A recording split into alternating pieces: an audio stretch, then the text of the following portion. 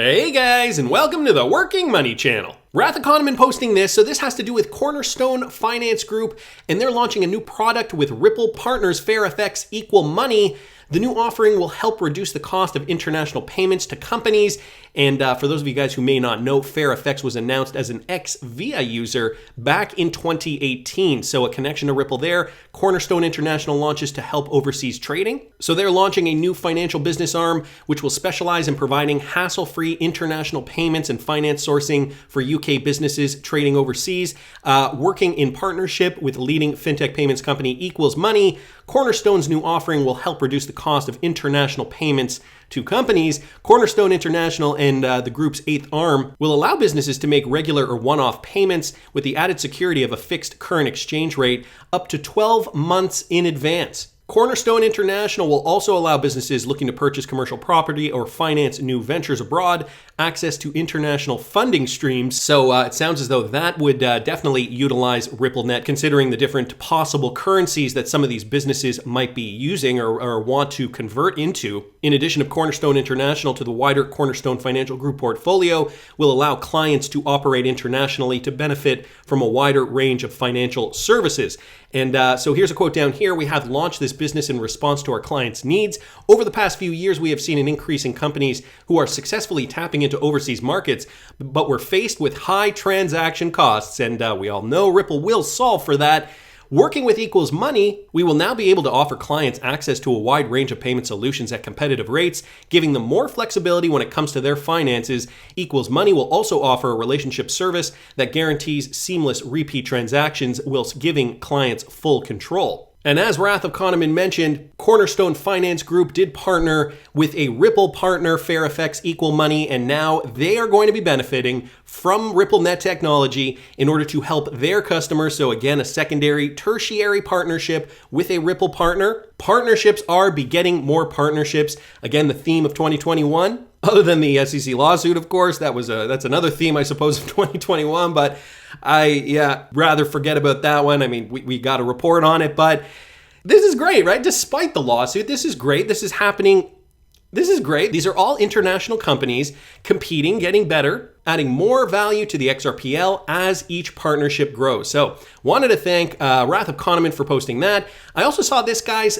This is just speaking to the broader economy. XRP Crypto Wolf posting this. 69% of Americans, can you believe this, disapprove of Biden's handling of inflation. No, really? 69% of Americans disapprove of President Biden's handling of inflation, according to an ABC News Ipsos poll published on Sunday. Why this matters: when broken down along party lines, 71% of independents disapprove, and a slim majority of Democratic voters, 54%, approve of Biden's handling of inflation. The survey was conducted between December 10th and 11th. Data released Friday showed the Consumer Price Index, the measure of the price of goods and services, excluding food and energy, rose 6.8% over the past 12 months, guys. And this is the biggest jump we have seen in 39 years. Huge inflation. The bigger picture, just pointing out in this poll comprising of random national samples of 524 adults with a margin of error of about 5%, 94% of Republican voters disapproved of how Biden's handled inflation. 28% of overall respondents approved of his response. Of course, we know a lot of this has to do with the pandemic, but, some are wondering, could this have been avoided? Are they making it worse than it needs to be? And are they purposely trying to dismantle the financial system that they know has been broken for decades now in order to usher in a new financial system? And is this just one of the tools in their toolbox, squeezing the average American, and not just Americans, people around the world, making it not desirable for people to take low-wage jobs? In some countries, governments are still giving out handouts. So, it's giving people less impetus to get out, get to work if they're getting free money from the government. But the downside to that is that they are now being too reliant on the government, which pushes society in the wrong direction, in my opinion. That's my opinion. Okay, so then we also have this, guys, from BondCrypt XRP. Thousands of Canadian websites are offline over a cybersecurity threat. So to the point of a cyber pandemic, guys, I know we've heard of stories in the US This is what's happened in Canada just recently. Thousands of Canadian websites offline due to a cyber threat. So Eric Clare, Quebec's Minister for Digital Transformation, said the province has since worked to identify one at a time which websites are at risk, bringing them back online. Amid warnings from Ottawa of an online global security problem, Quebec said Sunday that it closed nearly 4,000 government websites as a preventative measure after receiving a cyber attack threat. Speaking at a press conference, the Quebec Minister for Digital Transformation said the province was made aware of the threat on Friday and has since been working to identify it. Here's a quote: "We're looking for a needle in a haystack, so to speak," said Eric Clare of Quebec City. "We didn't know what softwares were affected, so we just decided to close them all." So guys, it's happening not just in the US, not just in Europe, it's also happening in Canada. He added, "As soon as we have made sure the system is up and running, it will go back online." Now, again, they're giving reasons as to why we are seeing this happen. They are rationalizing it in one way, shape, or form. But whatever excuse they give us, it's always in the back of my mind, is something bigger at play here? Are they planning for another Black Swan event? Well then, guys, I saw this, and I know if you're not Canadian, you might not care about this, but this is all part and parcel to what is going on. I think the broader picture, what's going on around the world with the Great Reset, and with, each country has got to be in charge of dealing with their own economy. And so Bank XRP posted this. It's sad. BitBuy is delisting XRP as of January 13th, 2022. BitBuy, can you please state your reasons? And so he just posted this: "Dear BitBuy client, in consideration of new regulatory requirements for Canadian cryptocurrency platforms, BitBuy will be delisting XRP, and it'll happen as of January 13th. Bank XRP continuing by saying, the reasons stated are extremely vague. Can you be more specific? Were you contacted and asked to remove the asset? It has not even been deemed a security in the US or Canada." And so, again, just some vague news here, not really giving us clear-cut answers as to why we are seeing this, just that, we need to be regulatory compliant. And the other day I reported on the Newton exchange as well. Newton also delisting XRP in Canada, which I'm sure for a lot of the Canadian viewers, you guys are probably getting a little concerned about this, even if you do not use BitBuy or if you do not use Newton. There are a handful of Canadian exchanges. I know, for example, CoinSquare still lists XRP. I know CoinField still lists XRP. And I believe there's another one, NDAX. I don't use NDAX, so don't quote me on that. But, Canadians may have to think of an alternative if we do end up seeing a bull run and your preferred exchange has delisted XRP. It's going to this point of, are they trying to squeeze us out? XRP was never supposed to be for retail investors, or was it? I'm going to get to that in a sec, but just to continue along this point for one more second here, Bank XRP posted this. So this was just from earlier this month, just from 2 weeks ago now, right at the beginning of the month. BitBuy secures regulatory approval as marketplace and restricted dealer. So this was just an article, again, from 2 weeks ago, that BitBuy did finally receive their approval from Canadian regulators to operate as a registered marketplace and restricted dealer for crypto assets. So just giving them the stamp of approval from Ontario Securities Commission and the Canadian Securities Administrators. BitBuy says it is the first Canadian crypto firm to be both a registered marketplace and a restricted dealer, as opposed to other platforms that only have licenses to operate as investment dealers or brokers. It happened in the US first. Now, it's funny because the timing's weird too. A year later, these exchanges are deciding to delist XRP when we're getting so close to a verdict. These are all things that are making me go, and I can't help but question them. Now, to this point, okay, so we had the Jimmy Valley Fed buyback story, which I talked about the other day. A lot of people ridiculing this price, this XRP price of $37,000. But James Roll XRP posted this because some people were saying, well, this is not for us, this is not for retail holders. James Roll XRP saying, if not for us, who? The proposed terms are confidential and were created for all of us. Did you actually read the fine print in the post below? Keep going.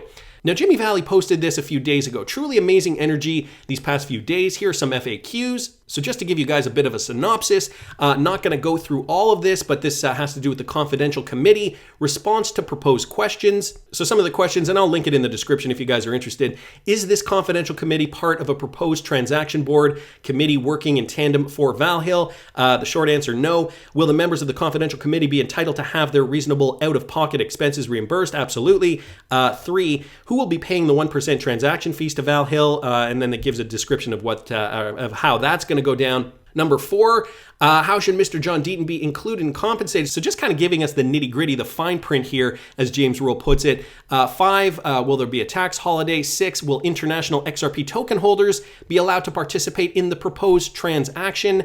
And unfortunately for international XRP holders, this is only open to US citizens. Number 7, though, will the participating token holders be required to bear liquidity fees from exchanges upon which their XRP may be held? Valhil gives a response to that. Number 8, how are the ESDRs to be received as a portion of the consideration in the proposed transaction insured or protected from loss? This will be an important part of the confidential committee's due diligence in connection with their evaluation of the proposed transaction. So I'm going to read you this.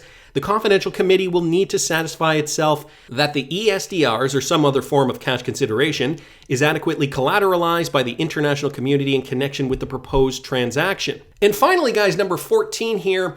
How will XRP token holders be compensated for the damages incurred as a result of the SEC causing or requiring the shutdown of the exchanges and inflows contributions to iTrust Capital that prevented XRP token holders from putting XRP into ROTH or Roth IRAs for 2020 and 2021? And the answer, this is an important consideration for the confidential committee. One proposal could be additional compensation paid out by the corporation in connection with the proposed transaction for determining maximum annual contribution limits, i.e. $6,000 or $7,000 if over 50 years old for 2020 and 2021 at the average XRP price per year. Relevant data follows. So he's just outlining an example here. If we say the average price in 2020 was 28 cents and 2021 was 65 cents, in 2020, $6,000 in 2020 would have bought 6,000 divided by 28, so around 21,400 XRP. In 2021, we use that same calculation here, only with 65 cents, would bring us to about 9,200 XRP, a total of 30,600 XRP. And then 30,600 XRP times $10,000 per coin would bring us to $306 million. The corporation prevented the loss of about 39% in federal income taxes by restricting iTrust Capital from seeking a partnership with Uphold to obtain the desired XRP and IRA accounts. So that would be about $119.3 million. And then the calculation down here, he is suggesting that that divided by this number would equal about $3,900 per XRP. And again, a lot of people are finding this far-fetched. CB Cooper saying, why wouldn't the Fed just be buying off the secondary market now?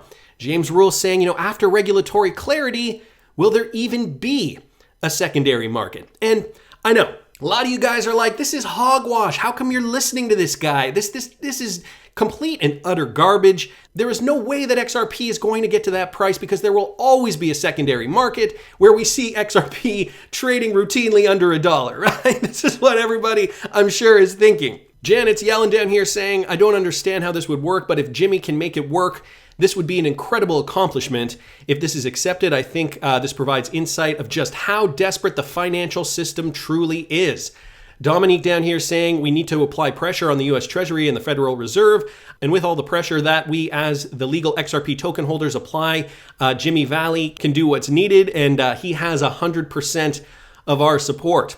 I just wanted to go back up to this comment here. After regulatory clarity, will there even be a secondary market? Well, first, let's just take a look at this. Jimmy Valley's tweet from just yesterday when the XRPL is fully collateralized. And so you got to share his vision here. When it's fully collateralized, what's it worth? The answer, guys, obviously, all the money. And shout out to Backup Bradley here for posting this, collateralizing the XRP ledger, just giving you guys some examples of how all the money, or at least 90% of the money, could be going through the XRPL and in what kinds of capacities. So In the middle here, we have the XRP ledger, universal ledger with commodities like gold and oil, tokenized securities, stocks, bonds, and options, fiat reserves like USD, the Great British Pound, Euro, the Yen, and the RMB. Of course, CBDCs are going to play a huge role in this. CBDCs from other countries, and the fact that right now we use Nostro and Vostro accounts, but the XRP ledger, sourcing XRP for that liquidity,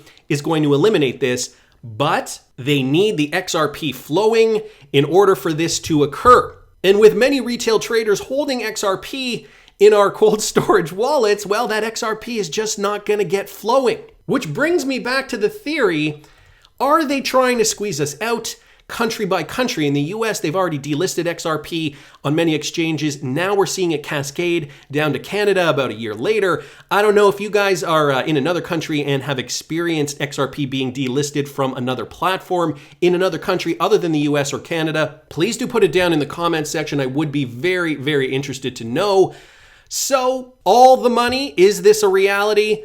Remember what Ethan Schwartz was talking about? I believe this was back in 2017. It could have been 2018. This from Jack the Rippler. At this time, Ethan was working at Ripple, addressing what Interledger's purpose was for. Listen to this.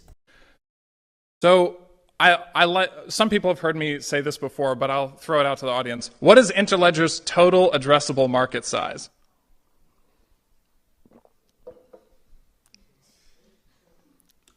All the money. Nobody wanted to feed it.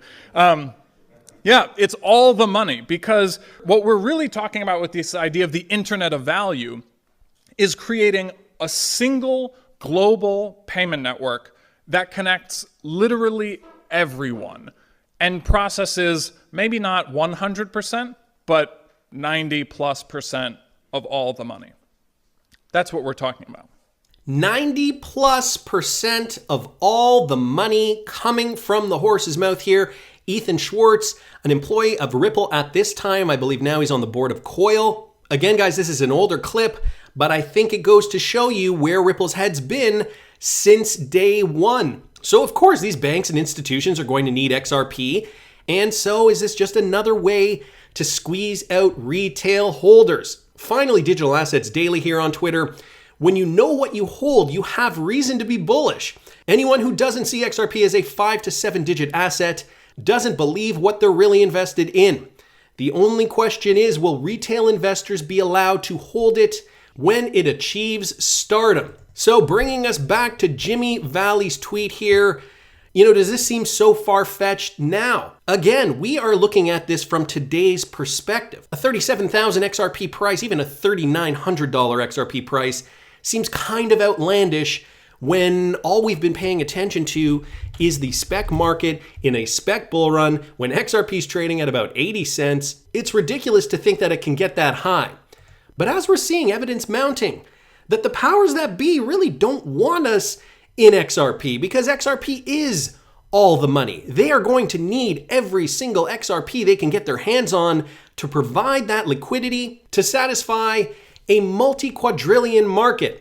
And I mean, if you don't want to take it from me, take it from Dilip Rao. I believe this was back from 2018 as well. Digital Assets Daily says XRP was never meant for retail, only wholesale, enterprise, and institutional use. They don't want the noise of retail. Straight from the horse's mouth here, listen to this. Many people are using cryptos just to buy and sell and make quick gains out of it. Does it hurt the growth of cryptocurrencies, that usage for a quick buck? So it's kind of chicken and egg. You have to create a marketplace. And right now, we have about 150, 200 exchanges around the world that trade in XRP. A lot of it, as you say, is very shallow trading by individuals. And that is not the use case that we are pursuing. What we are pursuing is the use of XRP as a financial asset by sophisticated institutions as a bridging mechanism. So does this hurt or harm? Well, it creates a lot of noise. And we certainly don't want that much noise, but we're waiting. And for example, this last quarter, the bulk of XRP sales were to institutional investors. And as this transitions away from retail to institutions who will start to use it for wholesale financial usage, that's when the turning point will come. Got it.